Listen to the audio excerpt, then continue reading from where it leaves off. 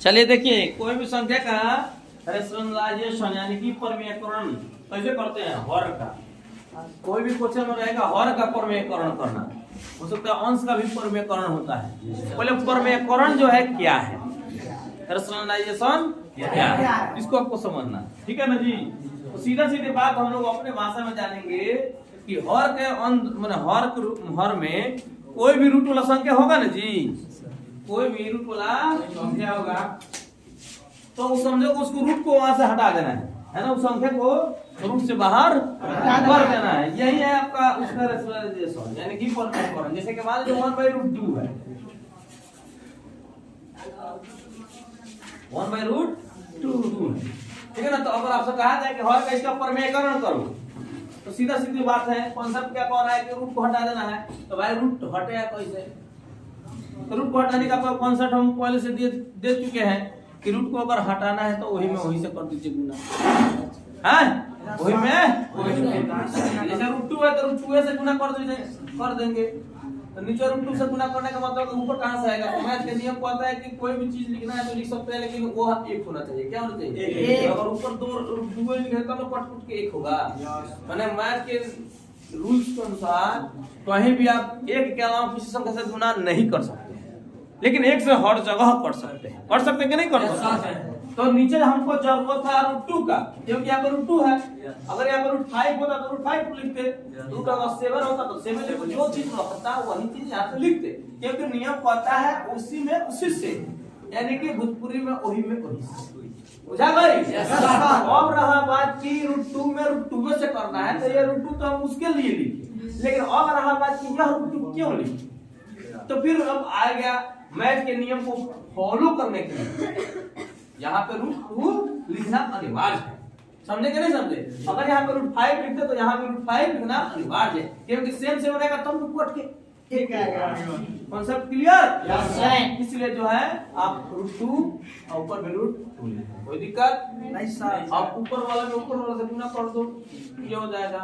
और √2 में √2 तो √2 का स्क्वायर 2 में √2 4, या डायरेक्ट हम तो लिख सकते थे। ऊपर में आ रहा था, ऊपर से मतलब नहीं है, वाला मैं बोल रहा हूं नहीं जा रहा है ऊपर, निचला ना होगा। सबको बुझा क्या जी? Yes sir. कौन नीचे लिख देगा? यहाँ पे दिख रहा है ना? Yes sir. देखो सब, तो यहाँ पे देखो ध्यान से, यानी कि √2 में बटा √2 में √2 से मल्टीप्लाई करोगे तो √2 4, यानी कि हो जाएगा √2/4। समझ में आ गया सबको? Yes sir. कहने का मतलब यह है, ध्यान से देखिए, यहाँ पे √2 सिर्फ था तो √2 को उठा दिए। अगर मान लीजिए 1/√2 हमारा √3 है, तब कैसे हटाएंगे?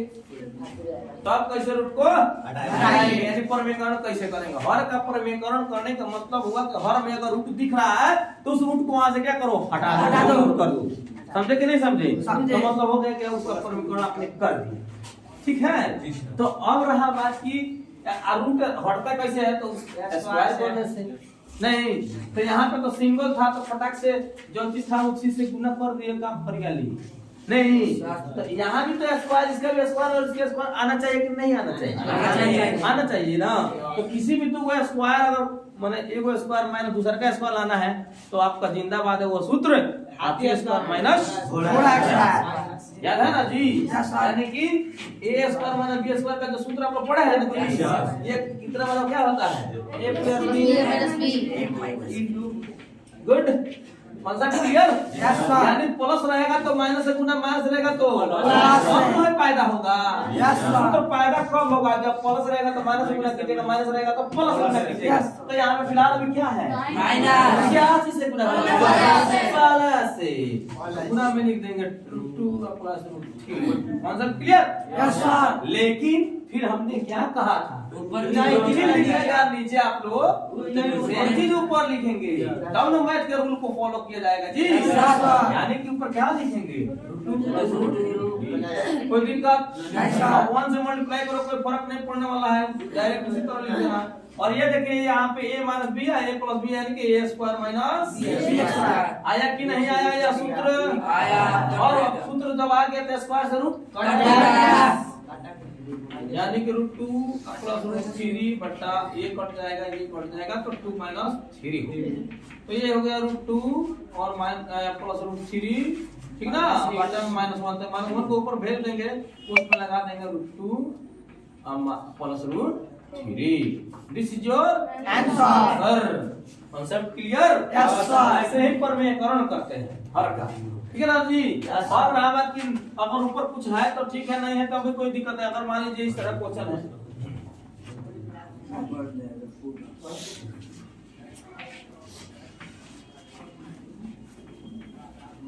इसका प्रमेयकरण करना है, इसमें हर क्या करना है जी? प्रमेयकरण। किसी भी केस में आपको रूट को हटाना ही हटाना है कि नहीं है?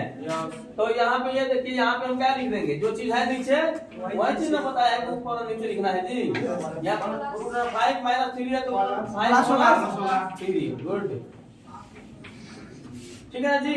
अब ऊपर वाला में इस बात देखो, उसमें केवल एक था तो हम डायरेक्ट लिख देते थे, इसमें डायरेक्ट थोड़ा ना लिखेंगे जी, गुना करके लिखेंगे। तो भाई अकेले दोनों से फलिया लेगा तो भाई दोनों भाई जाएगा, दोनों से फलिया आएगा। जैसे 2 में √5 से गुना तो 2√5, फिर 2 क्या है, क्योंकि 2 3 से फिर गुना कर अकेले दोनों से फलिया लिया ना जी। अब इससे फली बाजिए तब प्लस, अब 5 क्या है, अब प्लस 3√3। अभी नहीं का अंदर घुसा देना 3 करना नहीं होगा। यहाँ पे ये √6 इसलिए √15 इसलिए होगा क्योंकि दोनों रूट के अंदर में था, लेकिन यहाँ एक रूट के अंदर एक बाहर है, दिखाई दे रहा है ना जी। तो बाहर वाला बाहर आएगा, अंदर वाला अंदर आएगा।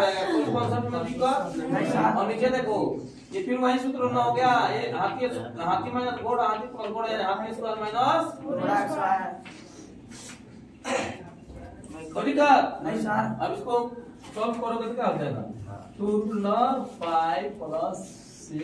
जब कोई भी तो रूट के अंदर समान है नहीं, सब अलग अलग ही रहेगा कि नहीं रहेगा, कोई फर्क पड़ने वाला नहीं है। तो ये देखो स्क्वायर से रूट कट जाएगा, तो 5 - 9, ये कितना हो जाएगा, -4, यानी 2√5 + 6 + √15 + 3√3 बटा -4। तो माइनस को ऊपर लिख दो और बटा में 4। आंसर नहीं आ रहा है इतना दूर।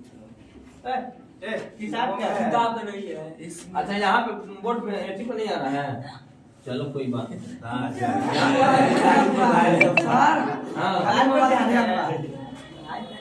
क्या सुनो, देखो यहाँ पे आ जाएगा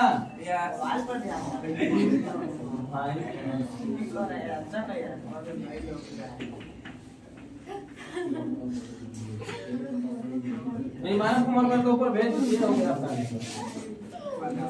तो छाप सकते हैं, चाहे दूसरा हम देते हैं, बना लीजिए।